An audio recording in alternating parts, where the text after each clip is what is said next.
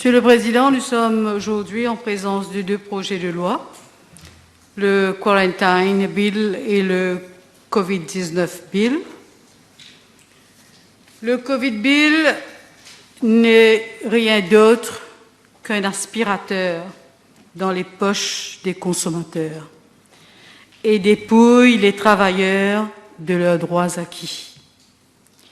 C'est un subterfuge pour remplir les caisses du gouvernement, alors que certains pourront préserver leur train de vie, d'autres vont perdre leurs emplois, creusant davantage les fossés entre riches et pauvres.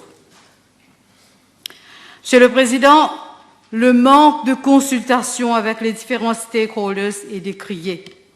Je pense que tous les parlementaires sont en présence de pétitions venant des syndicats, de l'éminent professeur Parsouraman, de la Société des psychologues, de l'Observatoire de la démocratie et du secteur éducatif, dénonçant la manière de faire du gouvernement. Est-ce que le gouvernement a eu l'opinion des experts sur le timing et les modalités de la réouverture des établissements scolaires sans mettre en danger la sécurité sanitaire des élèves tout en ne pas discontinuer leur éducation? Quel est le protocole à adopter au cas où une personne malade doit voyager en bus ou métro pour aller à l'hôpital, mais la personne n'a pas de masque? Toutes ces interrogations méritaient et méritent toujours une bonne consultation avec les différents stakeholders.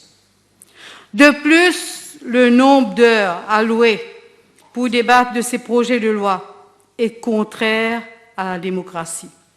Nous sommes contraints de lire des discours préparés pour pouvoir utiliser au maximum le temps qui nous est imparti.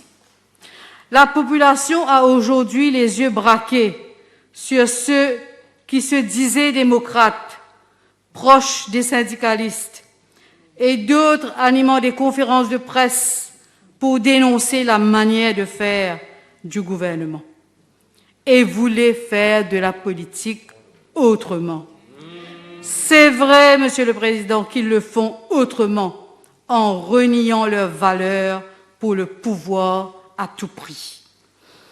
Et parlant des prix, alors que ceux-ci prennent l'ascenseur et que les consommateurs sont tondus, le ministre concerné avait disparu pendant quelque temps, laissant la tâche à son collègue du tourisme qui essayait tant bien que mal de défendre l'indéfendable. Permettez que je remercie les différents frontliners, de quelque secteur qu'ils soient. D'autres honorables membres l'ont dit du côté de la Chambre, des deux côtés de la Chambre. Et l'honorable Nagalingam lui-même avait posé une question adressée au Premier ministre la semaine dernière à ce sujet, sur le besoin de compenser et même de récompenser ces frontliners. Nous avons une pensée spéciale pour eux et aux familles qui ont perdu un des leurs. Il y a actuellement une pétition en ligne pour donner le nom du docteur Bruno Chong à l'hôpital de Flac, où il avait exercé pendant plusieurs années. Je ne sais si le gouvernement a pris connaissance de cette pétition et ce qu'il compte en faire. Mes remerciements vont également aux officiers de la sécurité sociale, menés sous la houlette de M. Ramjanan, qui a été au four et au moulin pour la distribution des provisions. Mais les critères d'éligibilité du gouvernement étant trop restreints, à savoir seuls ceux qui touchent le Carers Allowance et ceux qui sont sur le Social Register, une majorité de personnes vulnérables n'ont pu bénéficier de l'aide du gouvernement. Et il y en a beaucoup dans ma circonscription et ailleurs dans les autres circonscriptions. N'était-ce l'aide de certains députés qui sont venus en aide à ces personnes? Je ne sais pas ce qui serait arrivé. Les députés de l'opposition se sont démenés sans pour autant faire appel à la STC pour du riz et de la farine, ou au Agricultural Marketing Board pour des pommes de terre et des oignons. Des enfants n'ont pu avoir à manger parce que certains se fiaient au repas fournis à l'école. Hier, l'honorable membre Shakil Mohamed en a fait état. Le ministère devrait trouver une formule pour que les enfants puissent bénéficier d'un repas pendant le confinement. Les self-employed, ils ont eu beaucoup de mal pour obtenir leur allowance sous le self-employed scheme. Beaucoup ne sont pas computer literate et ne pouvaient donc pas accéder au website de la MRA. De plus, le hotline étant constamment occupé, on le comprend, comment fait-on donc pour qu'eux aussi ne soient pas pénalisés? Est-ce que les artistes et les pêcheurs ont été aidés pendant le confinement? Si oui, d'où provient l'argent? Il ne serait pas normal que le allowance soit puisé du bad weather allowance ou des fonds de la MASA respectivement. Monsieur le Président, il est un fait également que des personnes en situation de handicap sont les plus touchées lors du confinement. Madame l'honorable Stéphanie Anctil en a parlé hier. Seul un panier de provisions ne règle pas le problématique. Ils ont difficilement accès aux services et aux médicaments. Des malentendants arrivent difficilement à trouver des piles pour les appareils auditifs. L'accès aux soins, à cause de la distanciation sociale, les rend encore plus vulnérables. De plus, avec une mobilité réduite, elles ne peuvent souvent pas respecter la distanciation sociale, car des fois, elles ont besoin de l'aide d'une autre personne. Est-ce qu'il y a eu des consultations avec les organisations compétentes pour voir comment venir en aide de façon efficace à ces personnes pendant le confinement? Il y a eu une dérogation pour les enfants autistes, mais il faudrait en trouver également pour d'autres cas de handicap. Et pour cela, il fallait consulter les experts, Monsieur le Président, en entamant un dialogue pendant le confinement et l'après-confinement surtout. Par faute de temps, je ne vais pas mentionner la problématique des violences conjugales, le nombre de breach of protection orders et la maltraitance des enfants par ceux qui sont censés les protéger. L'honorable mademoiselle Anctil en a longuement parlé hier. Nous avions toutes deux une question sur le sujet mardi dernier. Dans le secteur de l'éducation également, il est déplorable qu'il n'y ait pas eu de consultation. Aucune consultation avec les représentants du secteur avant de proposer des amendements à la loi sur le Education Act, comme ce fut le cas pour la réforme la réforme de l'éducation. Est-ce que les PTA ont été consultés?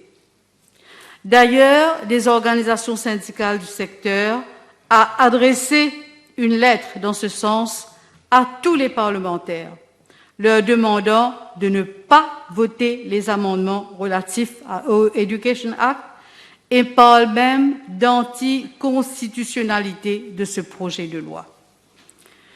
Les amendements proposés dans le secteur éducatif mettent l'accent principalement sur les éléments suivants: programme d'apprentissage à distance et d'apprentissage en ligne, hygiène et assainissement, distanciation sociale et physique et sécurité d'emploi, ou devrais-je dire insécurité de l'emploi. Et les observations du corps enseignant sont les suivants. Programme en ligne. Il n'existe aucune disposition pour la formation des éducateurs pour les programmes en ligne, ni de programme standard avec une plateforme électronique commune. Des dispositions n'ont pas été prises pour permettre à chaque école d'exploiter sa propre e-plateforme pour l'apprentissage en ligne avec un ID pour chaque éducateur et chaque élève. Une telle plateforme pourrait être connectée à un serveur central au niveau du ministère pour faciliter le contrôle et la surveillance qui peut se faire en un clic. Et les éducateurs peuvent se connecter au système où qu'ils soient. Cela permettrait d'éviter la section 38, sous-section E-T, qui fait mention de registres concernant des détails sur le téléphone mobile et autres détails privés de l'éducateur. Cette provision est très grave dans la mesure où cela va à l'encontre du Data Protection Act. Aucune disposition n'avait été prise pour fournir aux étudiants des groupes vulnérables des appareils, des tablettes électroniques, des tablettes digitales, des apprentissages. Donc les enfants vulnérables ont été négligés, n'ont pas eu de tablettes. Donc aucune disposition pour les forfaits d'installation d'Internet gratuit, par exemple, dans un esprit d'égalité des chances éducatives pour tous. Monsieur le Président, des étudiants vivant dans certaines poches de pauvreté n'ont pas été en mesure de suivre les programmes éducatifs diffusés, soit n'ayant pas de tablette digitale, soit que des parents ne sont pas computer literate ou ne comprennent pas l'anglais et ne pouvaient donc pas suivre les instructions comme le downloading, le Zoom, etc. De plus, comme les manuels scolaires sont gardés à l'école, beaucoup d'enfants ont été pénalisés pendant le confinement. Selon l'UNESCO, la situation de confinement creuse davantage les inégalités et il y a danger de déscolarisation qui guette principalement les pauvres et ceux qui ont déjà des difficultés d'apprentissage. L'UNESCO aurait organisé une visioconférence face à l'urgence du coronavirus, exprimant la crainte qu'un sur 5 élèves soit déscolarisé. Je ne sais pas si le ministère y a participé. Nombre d'apprenants n'ont pu adhérer à l'apprentissage en ligne. J'avais une question sur le sujet le mardi 5 mai et le 8 mai, le Conseil des ministres a pris la décision de distribuer 2572 tablettes digitales. En distribuant les tablettes maintenant seulement, cela indique clairement que des enfants ont déjà été pénalisés. C'est cela creuser les inégalités. Cela démontre également que malgré des sommes colossales dépensées en termes de tablettes digitales et dénoncées dans le rapport de l'audit comme des gaspillages, qu'en n'étant pas aux normes requises, il n'y a pas eu de résultats escomptés. Ce n'est que maintenant que les enfants vont recevoir leurs tablettes. Et la question est, comment est-ce que la distribution des tablettes va se faire pendant le confinement? Quelles sont les écoles qui vont bénéficier de ces de ces tablettes? Et après cette distribution, est-ce que la totalité des élèves auront obtenu les leurs? Je parlais de toilettes parce que j'allais venir sur la santé, hygiène et sanitation.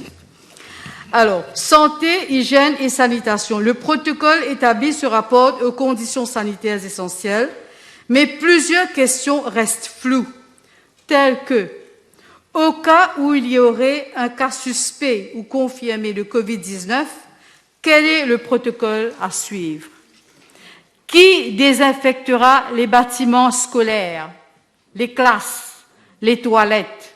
Combien de jours avant la reprise est-ce que l'exercice de désinfection devrait être effectué, en sachant que de nombreux produits chimiques peuvent avoir des propriétés qui durent plusieurs jours et qui peuvent représenter un risque pour la santé des enfants? Combien de fois dans une semaine l'école doit-elle être complètement désinfectée? Des informations précises doivent être données quant au port obligatoire des masques le lavage des mains. Quel type de masque est approprié à porter? Pendant combien de temps les étudiants et le personnel peuvent-ils porter leur masque pendant une journée? À quelle fréquence doivent-ils renouveler le masque? Comment les étudiants et le personnel obtiendront-ils leur masque? Nous savons tous, Monsieur le Président, que beaucoup d'élèves sont issus des milieux défavorisés et ne peuvent se prémunir des masques. Comment traiter un élève qui arrive à l'école sans son masque? Peut-il être privé de scolarité?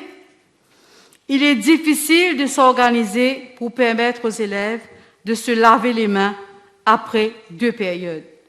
Qui fournira de quoi se laver les mains?